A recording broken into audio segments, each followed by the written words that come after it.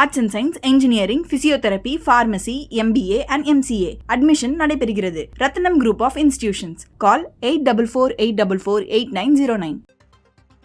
கோவையில் தமிழக வெற்றிக் கழகத்தினுடைய தலைவர் விஜய் வாக்குச்சாவடி முகவர்கள் கருத்தரங்கில் பேசினார். மக்கள் நலனுக்காகவே ஆட்சிக்கு வர நினைப்பதாக அவர் கூறியிருக்கிறார். மக்களை ஏமாற்றி ஆட்சியை பிடிப்பது இனி நடக்காது என்றும் அவர் பேசியிருக்கிறார்.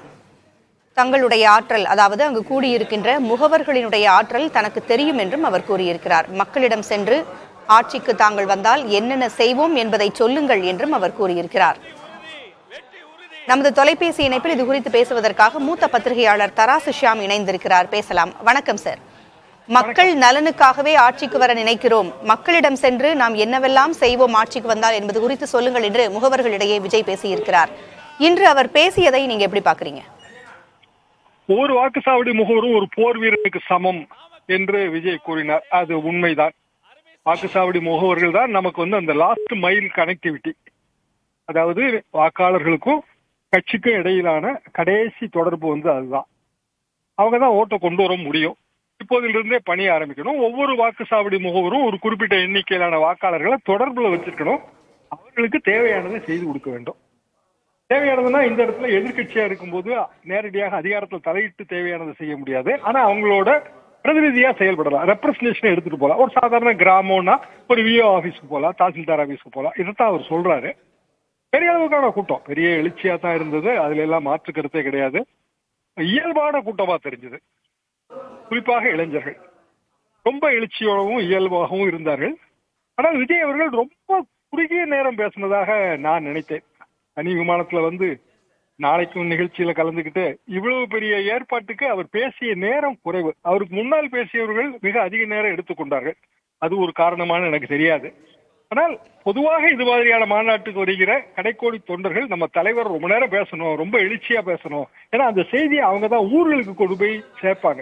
எப்படி பேசினார் தெரியுமா எங்க தலைவர் என்று அவர்கள் தான் அவரவர்கள் கிராமங்களில அவர்கள் அந்த செய்தியை கொண்டு போய் சேர்ப்பார்கள். அந்த வகையில விஜய் அவர்களின் பேச்சு என்னை பொறுத்தவரையில் எனக்கு கொஞ்சம் ஏமாற்றமாக இருந்தது.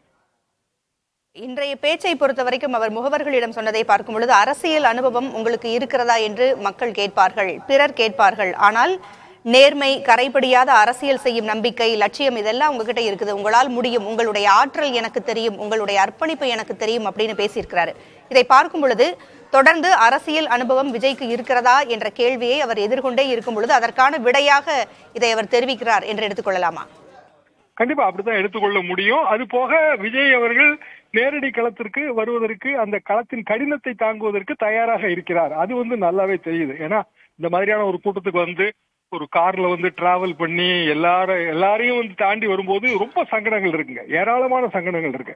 அதெல்லாம் தாண்டி வந்திருக்கிறாருங்கும் போது அடுத்ததாக மதுரையில இதே மாதிரியான 2 நாள் மாநாடுன்னு சொல்றாங்க. அதுக்கெல்லாம் அவர் தயாராக இருக்கிறார். அதுல ஒரு மாற்று கருத்து இல்லை. ஒரு 300 ஓட்டு கணக்கை ஆதவ அர்ஜுனா சொன்னாரு. அதுவும் சரிதான். 300 ஓட்டு ஒரு கட்சி வாங்குதுன்னா 700 ஓட்டு எதிர்ப்பா இருக்கு. 250 ஓட்டு வாங்கினாலும் பயன் இல்லை. அப்போ அந்த பழைய டேட்டாவை கையில வச்சுக்கிட்டு நம்ம 300 ஓட்டுக்கு அதிகமா வாங்குறதுக்கு என்ன செய்யணும்னு நம்ம யோசிக்கணும். இது எல்லாமே மிக சரியான துல்லியமான கணக்குகள் தான் நான் நினைத்தேன். ஆனா 2 அல்லது 3 விஷயங்கள் இதுல இன்னும் கொஞ்சம் மாடிஃபிகேஷன் வேணும். என்னன்னா இளைஞர்கள், நிறைய இளைஞர்கள் தான் இன்னும் சாதாரணமா தமிழ்த்தாய் வாழ்த்து பாடிய அந்த குழந்தைகள் கூட அவர்களுக்கு ஓட்டு போடுற வயசு இல்லாட்டாலும் அவங்களோட அப்பா அம்மாவை இன்ஃபுளுன்ஸ் பண்ண அவர்களால் முடியும். ஆக ஆளுக்கு 5 ஓட்டு வாங்கி கொடுத்தாலே அது ஒரு பெரிய ஓட்டு வங்கியாக மாறும். அந்த அளவுக்கான ஓட்டு வங்கியை கொடுக்கும் போது தலைவருக்கான ஒரு தோற்றம், பிம்பம் அது ரொம்ப ரொம்ப இளைஞராக தெரியக்கூடாது. அரசியல் மேடைகளுக்கென்று ஒரு சில விஷயங்கள் இருக்கின்றன, அதையெல்லாம் ரொம்ப பின்பற்றணும். உதாரணமா கொள்கை தலைவர்கள் பட்டியலில் இருக்கிறவங்க எல்லாமே தமிழ்நாட்டின் பெரிய அரசியல் தலைவர்கள். அப்படி இருக்கும்போது அதே மாதிரியான ஒரு அரசியல் பிம்பத்தை நம்ம உருவாக்கணும் இல்லையா? அது ரொம்ப முக்கியம். ஏன்னா அதுதான் அடிப்படை நம்பிக்கை என்பது. அதுதான் ஒரு சினிமா ஸ்டார் அரசியலுக்கு வராரு, என்ன பெருசா செஞ்சிட முடியும்? சினிமா ஸ்டாரை யாராவது ஒருத்தர் திருப்பி போய் நம்ம பார்க்க முடியுமா? இப்படி எல்லாம் அடிப்படையான கேள்விகள் இருக்கு. இந்த கேள்விகளால் தான் சிவாஜி கணேசன் மாதிரியானவர்கள் வெற்றி பெற முடியாமல் போனது. எம்ஜிஆர் எப்படி வெற்றி பெற்றார் என்றால் அவருக்கென்று அந்த மன்றம் இருந்துச்சு, எம்ஜிஆர் மன்றம். எல்லாருமே திமுக பயிற்சி பெற்றவர்கள். ஒரே நேரத்துல பல்லாயிரக்கணக்கான எம்ஜிஆர் மன்றங்கள் அதிமுக கிளைகளாக மாறின. எல்லாருக்குமே லாஸ்ட் மைல் கனெக்டிவிட்டி முதலே இருந்தது. ஏன்னா எல்லாரும் திமுக வேலை பார்த்திருந்தோம்.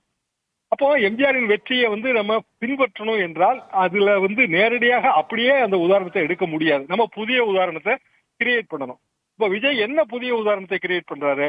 வாக்குச்சாவடி முகவர்களுக்காக ஒரு கருத்தரங்கு ஏற்பாடு பண்ணி அதுல விவரங்கள் அடங்கிய டேட்டா அடங்கிய பென்டிரைவை கொடுத்து அவர்களை அவர் தயார் செய்கிறார்.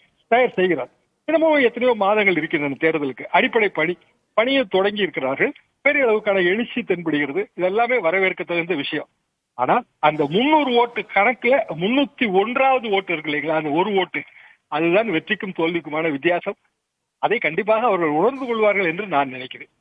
நன்றி சார். இணைப்பிற்கு உங்களுடைய கருத்துக்களை பகிர்ந்தமைக்கு நன்றி. Arts and science, engineering, physiotherapy, pharmacy, MBA and MCA admission நடைபெறுகிறது. ரத்னம் குரூப் ஆஃப் இன்ஸ்டிடியூஷன்ஸ். கால் 8448448909.